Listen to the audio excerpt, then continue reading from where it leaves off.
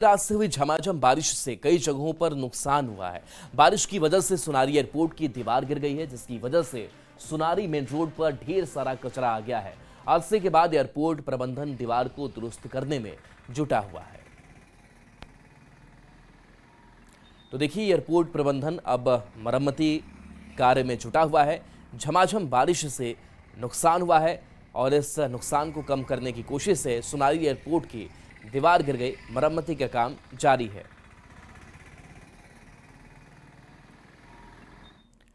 अब आपको जमशेदपुर लेकर चलते हैं, जहां पानी की समस्या और इलाके में गंदगी के अंबार को लेकर एक अहम बैठक हुई। जमशेदपुर पश्चिम के विधायक सरयू राय के आवासीय कार्यालय में यह बैठक हुई, जिसमें बड़ी संख्या में लोग शामिल हुए। बैठक में निर्णय लिया गया कि अगर पानी की समस्या और इलाके में गंदगी का अंबार की समस्या दूर नहीं हुई तो इस मामले को लेकर जमशेदपुर से रांची तक उग्र आंदोलन किया जाएगा।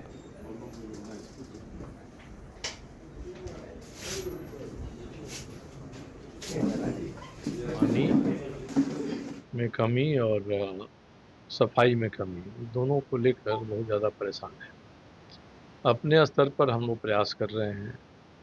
मैंने मानगो नगर निगम के उप नगर आयुक्त से लेके विभाग के सचिव और मंत्री तक मैंने बात की, इसका समाधान कैसे होगा। सभी कहते हम निर्देश दे रहे हैं कि हम लोग उसके लिए डीसी के पास गए भी, धरना भी दिए।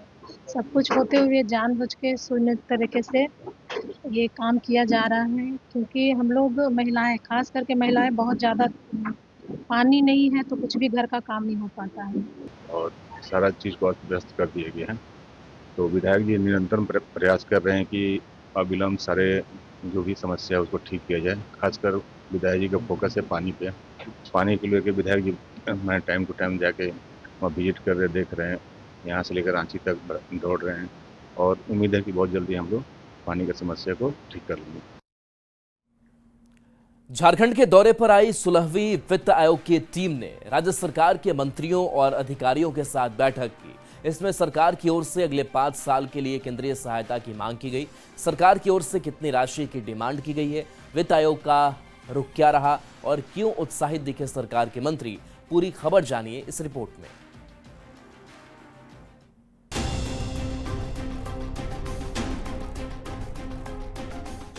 झारखंड के दौरे पर आई 16वें वित्त आयोग की टीम ने रांची में सरकार के मंत्रियों और अधिकारियों के साथ बैठक की। इस मीटिंग में राज्य सरकार की ओर से अगले 5 साल के लिए विकास और खर्च का रोड मैप रखा गया।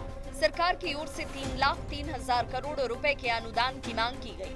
शिक्षा, स्वास्थ्य, सड़क, जल संरक्षण, ऊर्जा सहित सभी सेक्टर्स के लिए ये मांग रखी गई। बैठक के बाद राज्य सरकार के मंत्री वित्त आयोग के सकारात्मक रूप से उत्साहित नजर आए।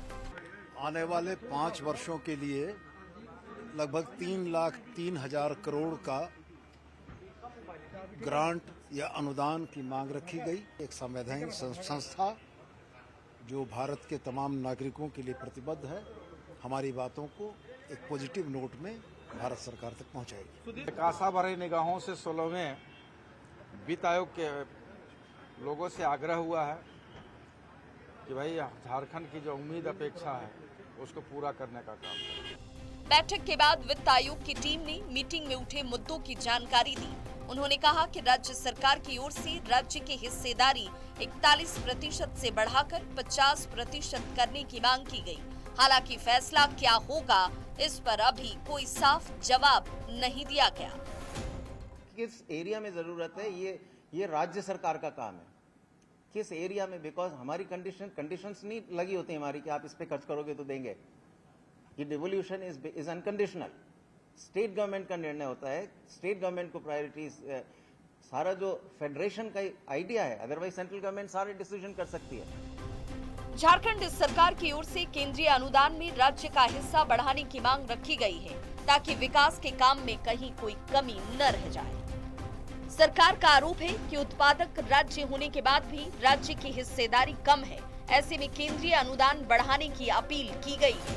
अब देखना होगा कि वित्त आयोग की सिफारिश पर केंद्र सरकार क्या फैसला करती है। न्यूज़ 18 के लिए रांची से संजय कुमार सिन्हा की रिपोर्ट। 16वें वित्त आयोग से झारखंड की मांग पर अब राजनीति भी शुरू हो गई है। सत्ताधारी दलों के नेता जहां 3,03,000 करोड़ की मांग को झारखंड का हक बता रहे हैं और झारखंड को विशेष पैकेज की जरूरत बता रहे हैं, वहीं विपक्ष का कहना है कि मांग रखने में कोई दिक्कत नहीं है, लेकिन किस राज्य को कितना देना है ये तय करने के लिए कई मानक हैं।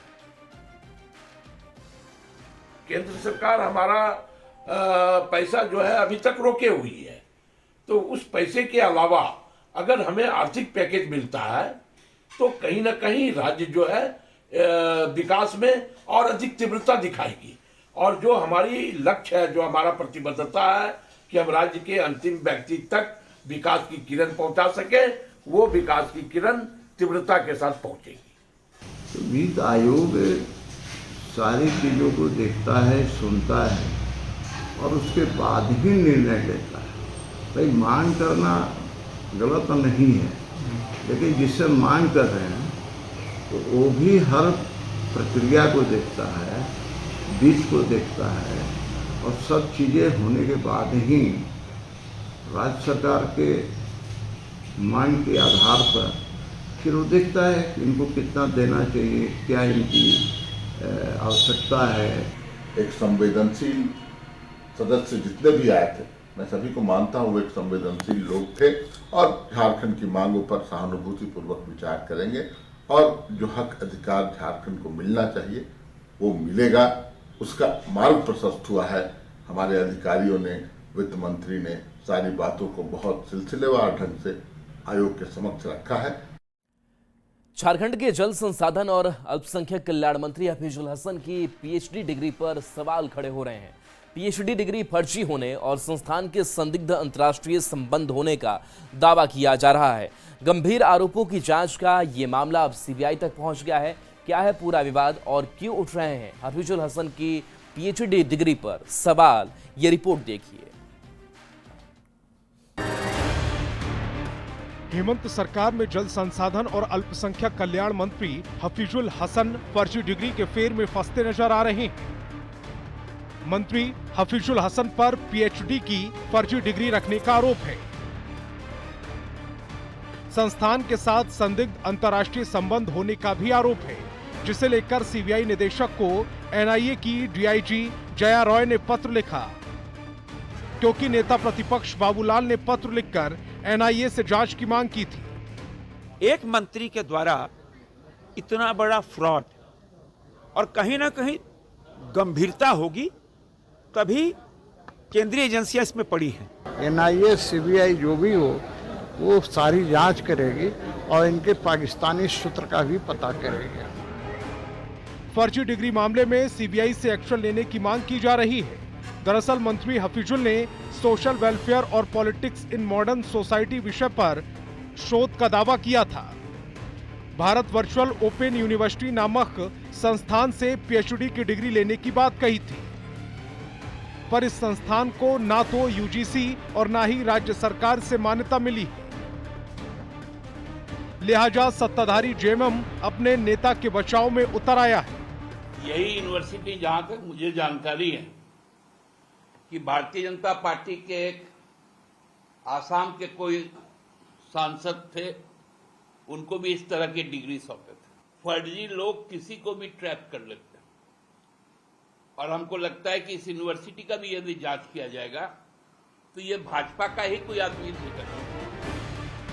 आरोप लग रहे हैं कि संस्थान को यूनिवर्सिटी बताकर एक गिरोह संचालित करता था। तथाकथित यूनिवर्सिटी का कॉन्सेप्ट एजुकेशन ट्रस्ट से संबंध है। ट्रस्ट पर विदेशों में नौकरी देने और एडमिशन में हेराफेरी का आरोप है। इस संस्थान पर पाकिस्तान से संबंध होने का भी आरोप लग रहा है, क्योंकि इसके चांसलर को 28 मार्च को इस्लामाबाद में एक संस्थान ने उपाधि दी थी। ऐसे में अब बीजेपी सवाल उठा रही है तो कांग्रेस ये पूछ रही है कि क्या बाबूलाल एनआईए के चीफ हैं? मतलब बाबूलाल जी की क्या एनआईए के वो चीफ हैं कि उनका पत्र मिला और एनआईए सीबीआई हरकत में आ गई? मंत्री हफीजुल हसन की डिग्री को विपक्ष फर्जी बता रहा है तो सत्तारूढ़ पार्टी विरोधियों पर पलटवार कर रही है। मंत्री की डिग्री फर्जी और संस्थान को लेकर संदिग्ध होने का दावा किया जा रहा है। हालांकि ये अब तो जांच में ही साफ हो पाएगा कि पीएचडी डिग्री के पीछे की असली हकीकत क्या है। रांची संवाददाता गौरव झा के साथ ब्यूरो रिपोर्ट न्यूज़ 18।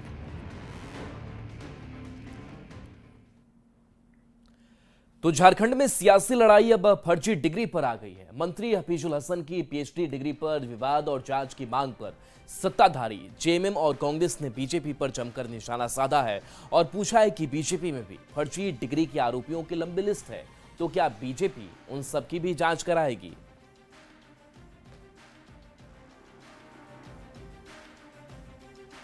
करेगी, जांच करने लायक है या नहीं है, क्योंकि जब फर्जी डिग्री की बात आएगी और उसकी सीबीआई जांच की बात आएगी तो जितने भी फर्जी डिग्री जिस नेता पर भी लगे हैं आरोप, सभी की जांच करा लीजिए, चाहे वो हमारे गोड्डा के सांसद हों, चाहे माननीय प्रधानमंत्री ही क्यों ना हो। आरोप तो सभी पर लगा है फर्जी डिग्री का। स्मृति ईरानी जी पर भी लगा था। उनके डिग्री के ऊपर विवाद इसलिए हो रहा है कि वो अल्पसंख्यक हैं और भारतीय जनता पार्टी इसलिए उनके पीछे पड़ी हुई है कि वो अल्पसंख्यक कोटे से आते हैं। केंद्र की सरकार पूरी तरह नाकामियों से गुजर रही है, तो उस पर कोई प्रश्न खड़ा ना हो, इसलिए इस प्रकार का नैरेटिव मंत्री के विषय में सेट किया जा रहा है।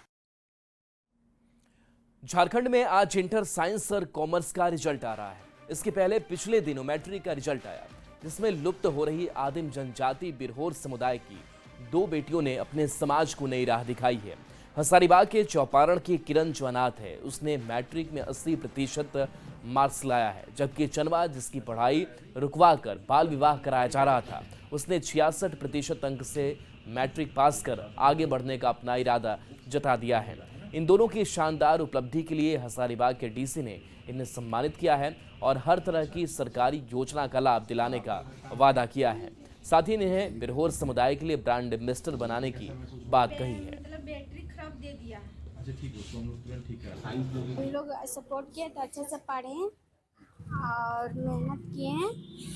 66 सम्मानित किया, कैसा लग रहा है? अच्छा लग रहा है। क्या कहेंगे सर?